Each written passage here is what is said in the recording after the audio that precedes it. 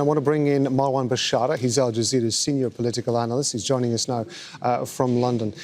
We should re-emphasize that as yet we do not have any confirmation from Hamas. We don't actually have a confirmation yet from the Israeli military regarding the fate of Yahya Sinwar, the leader of Hamas.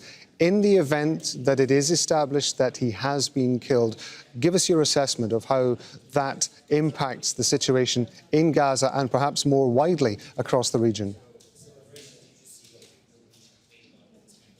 Well, just so our viewers around the world understand what just transpired, clearly there was no targeting assassination here. It seems from early reports that they simply ran into a building, ran into what they considered perhaps to be Sinwar, and hence there are those claims. This was not something like, some kind of an Israeli genie finding out where the Hamas leader is and assassinating him. And clearly this goes in contradiction to many of the theories about Sinwar, being 6 floors underground and with the hostages and so on and so forth. All of these apparently, seemingly are incorrect. Anyway, be that as it may, it depends now, how things transpire in the days, months to come. Generally speaking, we would say the following. After each and every assassination of each and every Hamas leaders and Palestinian leaders in general, and there have been plenty of them, more than dozens, I would say hundreds of them over the years, not much changed. If anything, we've had new generations of even more hardcore leaders, especially military leaders or militant leaders rather, than the ones before. Why is that? Well, let me briefly explain what is it about leaders in Palestine that continue to grow more radical, more fundamental in their struggle against Israel.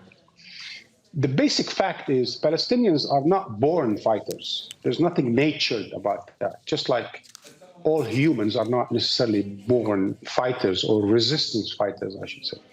This is nurtured, not natured. The Palestinians who grow under occupation, who spend decades in prison, tend to be more hardened, more hardcore, and hence more passionate about their struggle against Israel. It's as simple as that. Someone like Sinwar, who spent 2 decades in Israeli prisons, and who dreamt of not only be free, which he was freed in an exchange deal, he wanted something similar on October 7. He wanted to capture Israeli soldiers and exchange them with thousands of Palestinians who are in Israeli prisons. The second thing that I think is also important to underline, and that's hugely important because that concerns Israel. If you remember, Rob, each and every other year, the Israelis talk about mourning the lone, in the sense of that every few years there's a war against Gaza or against Palestine. There's a campaign of oppression, of violence, where they call it mourning the lone in the sense that they try to kill as many, repress as many, clean up, as it were, as many of the resistance in order for them just to, have a break of that. But they don't understand about the lone doctrine, is that when you mow any lawn, the grass tends to be strengthened, thicker, and healthier. That's what happened when you mow the lawn. The same thing happens with the resistance. The more Israel mowed the lawn in Palestine, it created healthier, stronger resistance, not weaker one. So we see one generation of resistance fighter after another taking up the mantle from each other, succeeding one another, being no less strong, no less passionate, and no less aggressive in their fight against the Israeli occupation. Now, he took over Hamas after the killing of Ismail Haniyeh in Tehran.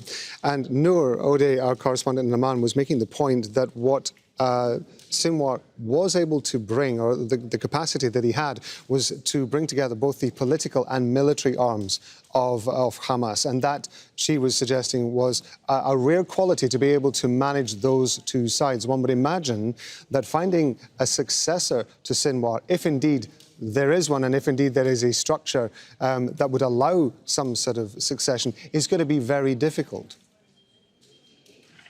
I think the idea of electing Sinwar when they did after Ismail Haniyeh was killed, it was because the Hamas have had less and less options in terms of their presence, in terms of their capacity to withhold pressure, both military and political pressure.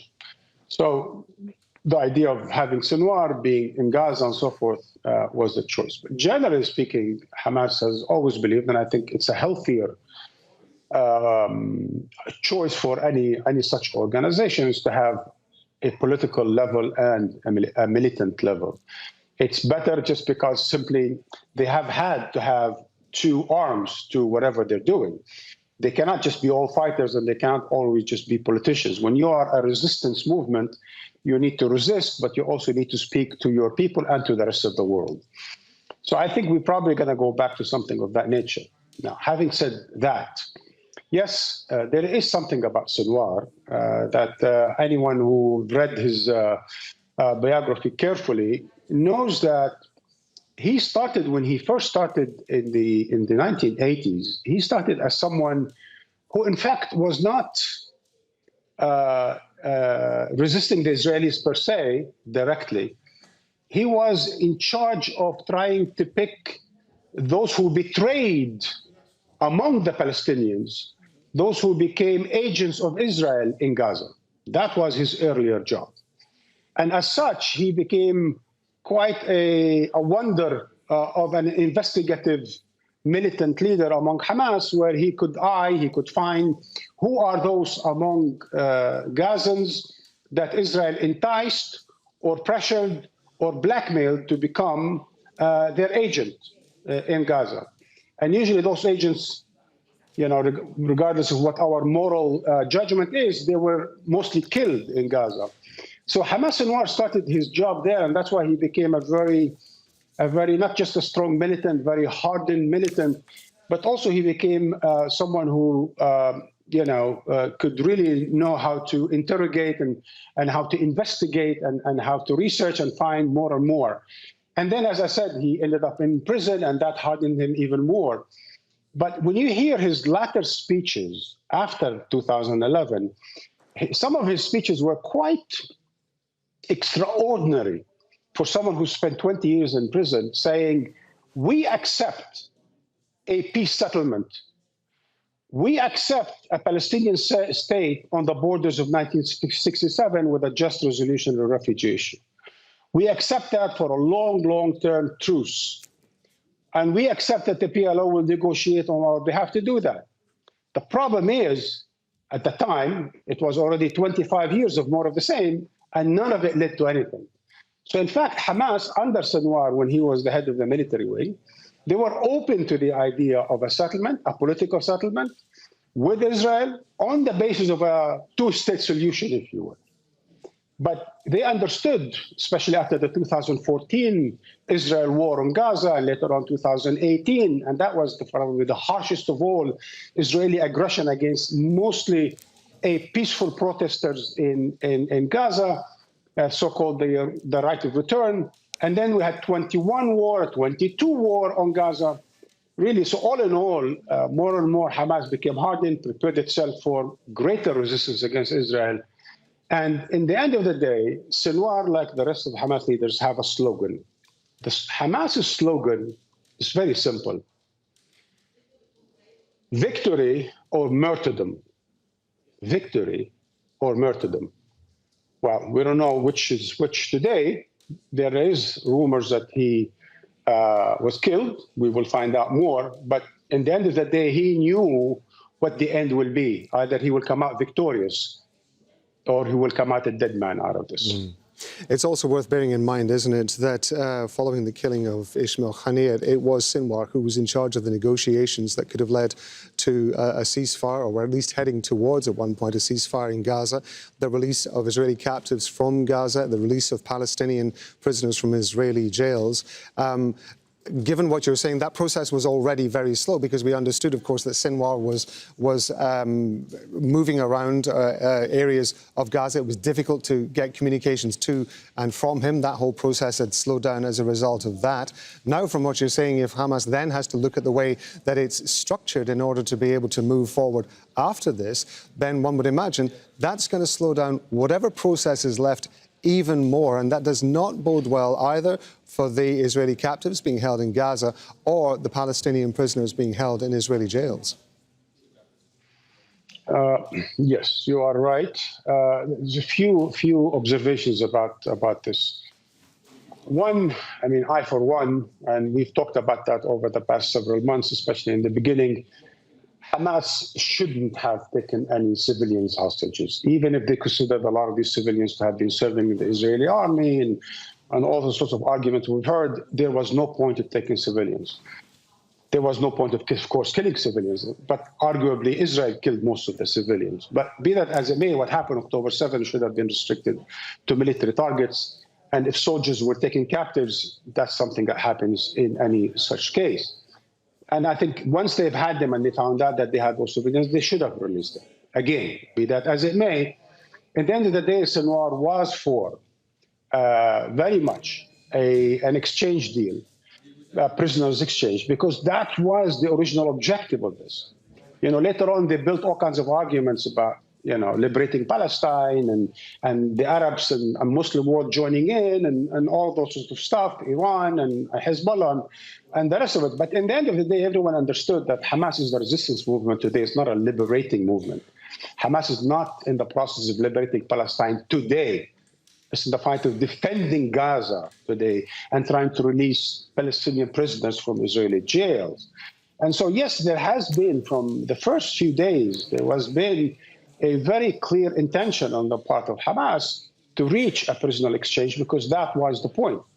Until the very last day, until the end of May and later on in the beginning of June, it was clear that Hamas would even accept the most humiliating of humiliating proposals that proposed by the Americans, later on even revised by the Americans, and they were still ready to accept it.